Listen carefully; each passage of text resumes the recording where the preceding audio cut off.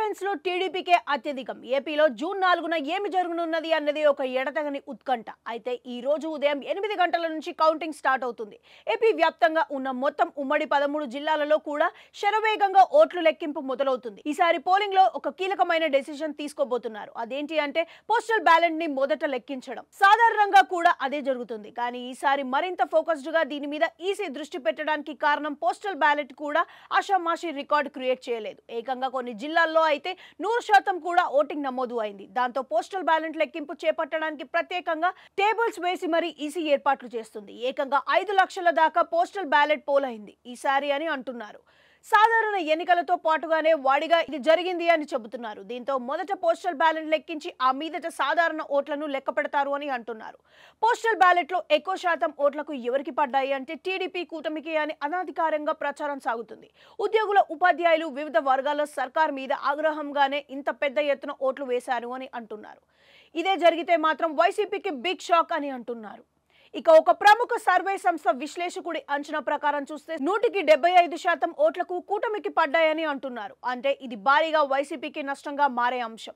ఇక ఉదయాన్నే కౌంటింగ్ ప్రారంభమైతే మొత్తం 175 అసెంబ్లీ నియోజకవర్గంలో వచ్చే మెజారిటీలు అన్ని భారీ ఎత్తున టీడీపీ కూటమికే వస్తాయని అంటున్నారు. దాదాపుగా 190% నియోజకవర్గాలలో తొలి ట్రెండ్స్ లోని టీడీపీ అత్యధికతను గట్టిగా దాటి చెబుతున్నాయని అంటున్నారు. ఇక ఒక్కో స్కూల్లో సగటున ఏకంగా 30,000 దాకా పోస్టల్ బ్యాలెట్ పడింది. అంటే జిల్లాలో యావరేజ్ లెక్కన 10 అసెంబ్లీ సెగ్మెంట్లు కూడా 3,000 ఓట్లు తక్కువ కాకుండా పోస్టల్ ఓట్లు జత కలుస్తాయన్నమాట.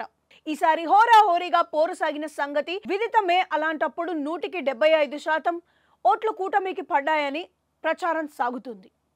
చాలా చోట్ల 1,500 ఓట్లలో కనుక గెలుపు ఓటములు సాగితే మాత్రం ఈ పోస్టల్ బ్యాలెట్ అక్కడ ఫలితాన్ని డిసైడ్ చేస్తుంది అని అంటున్నారు. ఈ విధంగా మొత్తానికి మొత్తం ఫలితాన్ని చేంజ్ చేసే సత్తా పోస్టల్ బ్యాలెట్ కి ఈసారి ఉంది అని అంటున్నారు. దాంతో ఇప్పుడు ఎవరైనా భారీ మెజారిటీలు అంటే 10,000కు పై చీలకు ఓట్లు సాధిస్తాననే తప్ప పోస్టల్ బ్యాలెట్ ప్రభావాన్ని తప్పించుకోలేరు అని అంటున్నారు. ఇవన్నీ పక్కన పెడితే తొలి ట్రెండ్స్ టీడీపీ కూటమికి అనుకూలంగా రావడం అంటే జనవరి 4 తొలి గంటల్లోనే ఏపీకి విపక్షం సంతోషాన్ని ఎవరు ఆపలేరని అంటున్నారు. మధ్యాహ్నానికి ఫలితం తుది రూపు తెలియవచ్చు. అప్పుడు ఈ తొలి ట్రెండ్స్ ఓట్లు ఎంత మేరకు గెలుపుని శాసిస్తాయో చూసిన మీదట ఆయా అసెంబ్లీ సెగ్మెంట్లలో విజేత నిర్ణయం అవుతారు. అంతవరకు మాత్రం కూటమి ఆనందాన్ని, జోష్ని ఎవరు ఆపలేరు అని అంటున్నారు. ఇక అసలు ఫలితాల్లో కూటమి కనుక జోరు ప్రదర్శిస్తే ఏపీ రాజకీయం టోటల్ చేంజ్ అయ్యే అవకాశాలు ఉన్నాయని అంటున్నారు. చూడాలి మరి ఏం జరుగుతుందో.